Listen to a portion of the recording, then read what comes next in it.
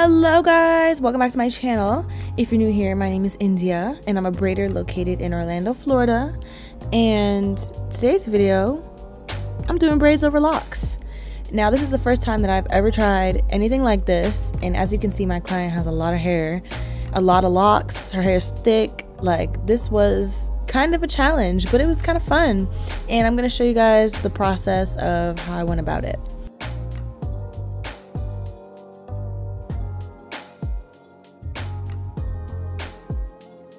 So first I'm gonna go in and part out the boxes, but because she has locks, you kind of have to be pretty careful, because like there you can see that a piece of hair can be part of the lock, and you just have to let it be part of the lock. So it does require a little bit of tedious attention, and to make sure that you're not pulling hair where it's not supposed to go. And after parting out the box, I go ahead and give it a little twist.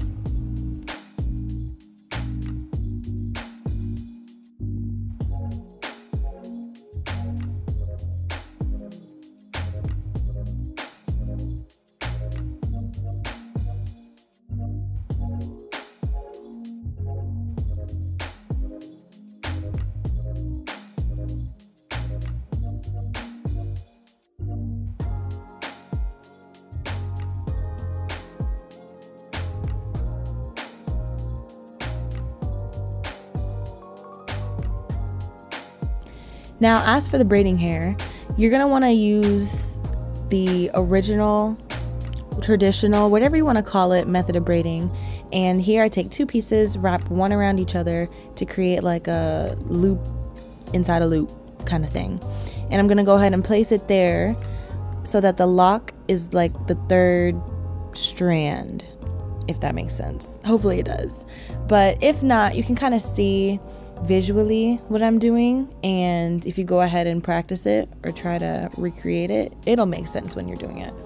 Further on in this video, there will be some clips that you'll be able to see what I'm doing a little bit better, so stay tuned, don't leave, watch the rest.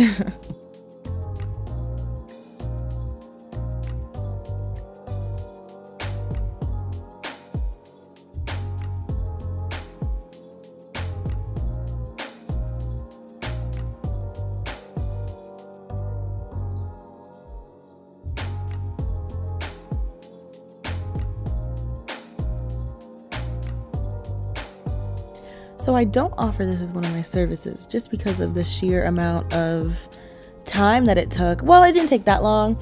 I would say in total it took about 8 hours or so. I don't really remember, but it was just a lot of work to me, in my opinion. And the number of braids that I put in her head had to match the number of locks that she had. And it was just way more than I would normally put. So it was a little bit heavy just because I had to hide all of her locks and braids, but it ended up coming out fine. So also, when trying to hide the lock in the braid, you're going to want to make sure that the amount of braiding hair that you have is bigger than the lock, so that you can essentially put it on top of it and hide it. I say this a lot, but I really mean it. I hope it makes sense.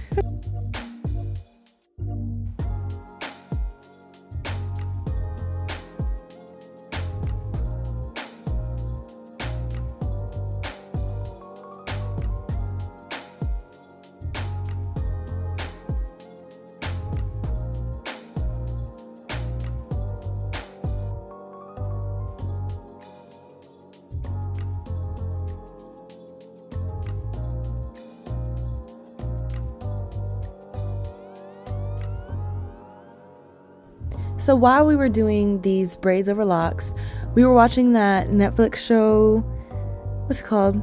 Manifest, about these people on a plane and they get lost for 5 years, but everyone else continues on for 5 years.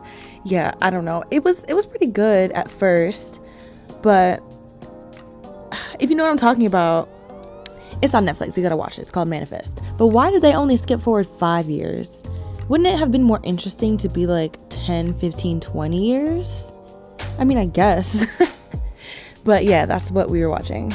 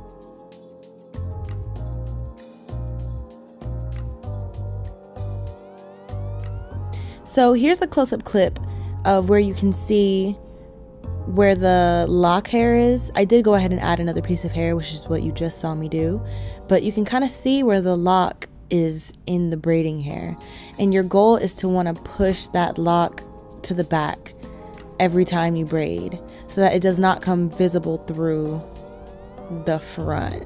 You feel me? So every time you're braiding, you're gonna want to push that lock all the way to the back underneath the braiding hair so that you can't see it.